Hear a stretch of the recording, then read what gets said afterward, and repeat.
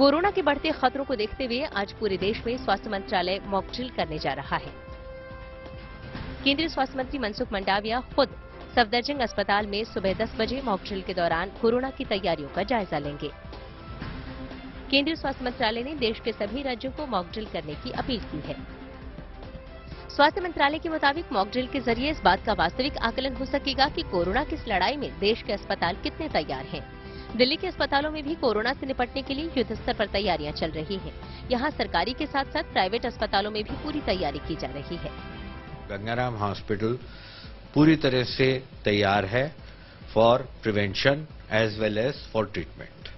और उसमें सबसे पहले जो हमने सोचा था और अब शुरू किया है वो है बेसिक प्रिकॉशंस, जैसे कि मास्किंग और हैंड सैनिटाइजेशन। कोविड को लेकर लोगों से भी सतर्कता बरतने की अपील की गई है। ज्यादातर जानकारों का मानना है कि भारत में लोगों को कोरोना खतरे से डरने के बजाय सावधान रहने की जरूरत है।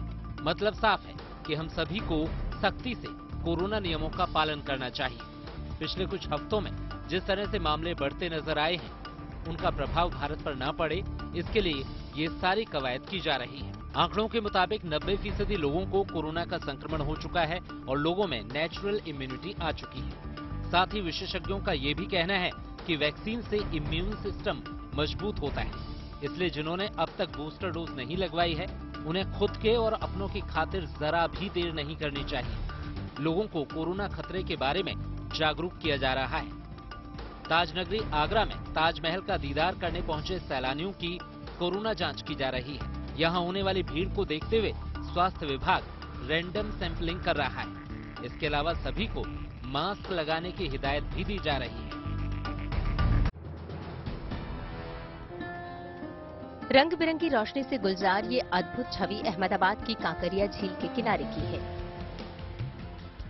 जहां कांकरिया फेस्टिवल चल रहा है। कांकरिया उत्सव की शुरुआत के अगले दिन सोमवार को यहां अद्भुत नजारा दिखा। इस उत्सव का मुख्य आकर्षण है लेजर और साउंड शो। साथ ही यहां मौजूद 2 टॉय ट्रेन की सवारी का भी लोग जी भर कर लुत्फ उठा रहे हैं।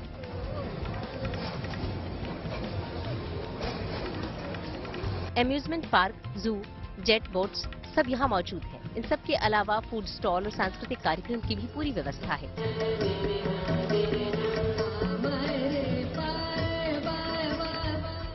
बड़ी संख्या में लोग इस सब का आनंद लेने पहुंच रहे हैं। कोरोना को लेकर भी इस फेस्टिवल में पूरी एहतियात बरती जा रही है। मास्क पहनना जरूरी है, इसलिए जिनके पास मास्क नहीं उन्हें मास्क भी दिए जा रहे हैं।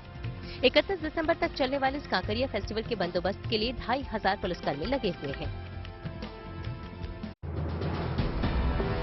लद्दाख का हानले इलाका अब हिंदुस्तान के नक्शे पर खास पहचान हासिल करने जा रहा है।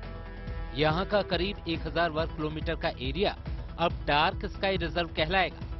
मतलब इस इलाके को एस्ट्रो पर्यटन के लिहाज से विकसित किया जा रहा है। खास बात यह है कि इस इलाके में प्रदूषण बिल्कुल नहीं है। रात के वक्त यहाँ आसमान में सितारे साफ साफ दिखाई देते हैं। इसलिए लद्दाख प्रशासन इस जगह पर डार्क स्काई सेंचुरी बनाना चाहता है, एस्ट्रो टूरिज्म को डेवलप करना चाहता है। अब ये भी जान लीजिए डार्क स्काई रिजर्व होता क्या है। जाहिर है डार्क स्काई रिजर्व शोधकर्ताओं के लिए फायदेमंद साबित होगा। दूर दूर से सैलानी भी यहाँ का रुख करेंगे, जिससे इस इलाके का विकास भी होगा। Ashraf Wani, Ladakh, good news today.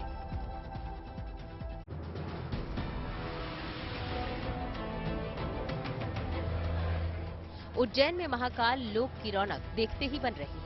Mahakal मंदिर प्रशासन का कहना है कि 25 दिसंबर से ही भक्तों की भीड़ बढ़ती जा रही है। 2023 की शुरुआत यदि आप भी महाकाल के दर्शन से करना चाहते हैं तो ये खबर आपके लिए है। इस बार श्रद्धालुओं को सिर्फ 40 मिनट में महाकाल के दर्शन कराने का प्लान है। श्रद्धालुओं को महाकाल लोक से ही प्रवेश मिलेगा। न्यू ईयर पर 5 लाख से अधिक श्रद्धालुओं की यहाँ आने की उम्मीद है।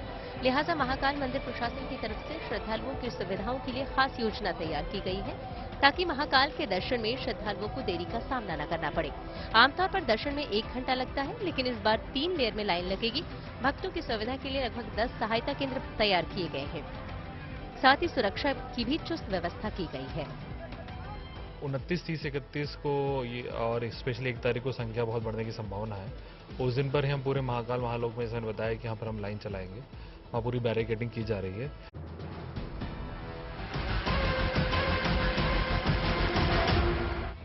ये तस्वीर कश्मीर की नहीं, राजस्थान के चूरू की है।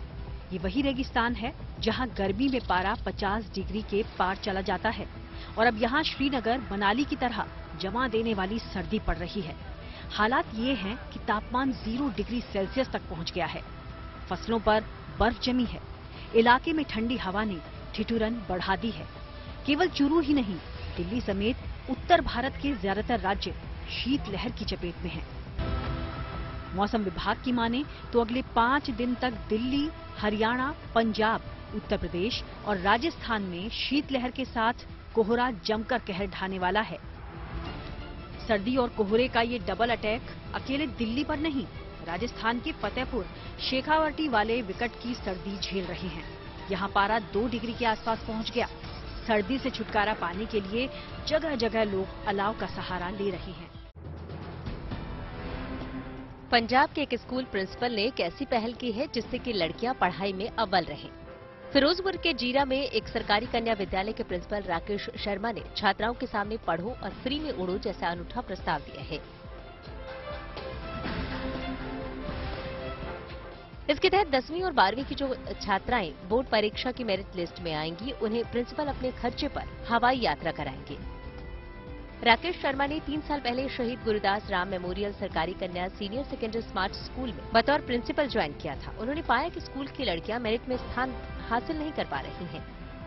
इसके बाद उन्होंने पढ़ाई के प्रति लड़कियों को प्रोत्साहित करने के लिए उनके सामने ये अनूठी पहल की थी, जिसके बाद लड़कियों ने पढ़ने में दिल से मेहनत शुरू कर दी। नतीजा ये हुआ कि अब तक 4 छात्राएं मेरिट लिस्ट में आ चुकी हैं, जिनमें से 2 को प्रिंसिपल अमृतसर से गोवा की हवाई यात्रा करवा चुके हैं और अब बाकी 2 छात्राओं को अमृतसर से दिल्ली की हवाई यात्रा करवाई जाएगी। पेड़ पौधों में लटके फल और खेतों में ताजी ताजी सब्जियां, इन्हें देखकर भला किसका मन नहीं ललचाएगा। खास बात यह है कि ये सब ऑर्गेनिक फार्मिंग की उपज है। राजस्थान के भीलवाड़ा जिले के बिगोद कस्बे के अब्दुल रज़ाक अपनी 10 एकड़ जमीन में जैविक खेती करते हैं, जिससे इन्हें सालाना 1 करोड़ रुपए आते हैं। इसमें 30 लाख खेती की लागत और 70 लाख की बचत शामिल है, यानी कमाई 70 लाख रुपए। अब्दुल रज़ाक बाकायदा जैविक प्रयोगशाला बनाकर बाकी किसानों को ऑर्गेनिक फार्मिंग के लिए रास्ता दिखाते हैं। यही नहीं, इस खेती के जरिए ये 50 से 60 लोगों को रोजगार भी दे रहे हैं। दरअसल अब्दुल रज़ाक के पिता की 2010 में कैंसर से मौत हो गई थी। इनका मानना है कि रासायनिक खाद वाले फल सब्जियां खाने से ऐसा होता है। अब्दुल रज़ाक ने तभी ये ठान लिया था कि वो खुद भी शुद्ध खाएंगे और दूसरों को भी शुद्ध खिलाएंगे, और उसके बाद से ही उनकी ये ऑर्गेनिक खेती की यात्रा आगे बढ़ती जा रही है।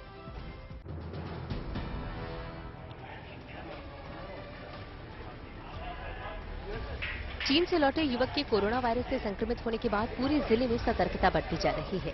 ताजमहल सहित अन्य ऐतिहासिक इमारतों पर आने वाले विदेशी सैलानियों की कोविड जांच के लिए रैंडम सैंपलिंग की जा रही है। ताजमहल पर भीड़ को देखते हुए स्वास्थ्य विभाग की टीम पूरी तरह अलर्ट है। सभी पर्यटकों से मास्क लगाने की अपील की जा रही है। इधर आगरा में चीन से आए कोरोना संक्रमित मरीज की तबीयत ठीक है। मरीज को शाहगंज इलाके में उनके घर में ही क्वारंटीन किया गया है। कोविड का ये मरीज एसिम्प्टोमेटिक है और इसमें कोविड के कोई लक्षण नहीं दिख रहे।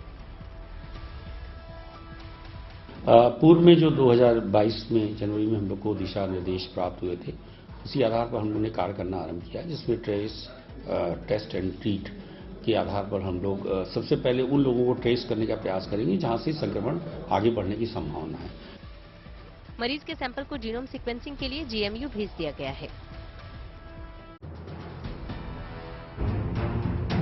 ICICI लोन फ्रॉड केस से जुड़े ये 3 बड़े चेहरे, चंदा कोचर, उनके पति दीपक कोचर और वीडियोकॉन ग्रुप के मालिक वेणुगोपाल धूत, जो इस वक्त सलाखों के पीछे पहुंच चुके हैं। मामले की जांच करने वाली CBI ने लंबी चली तफ्तीश और पूछताछ के बाद अब वेणुगोपाल धूत को भी गिरफ्तार कर लिया है।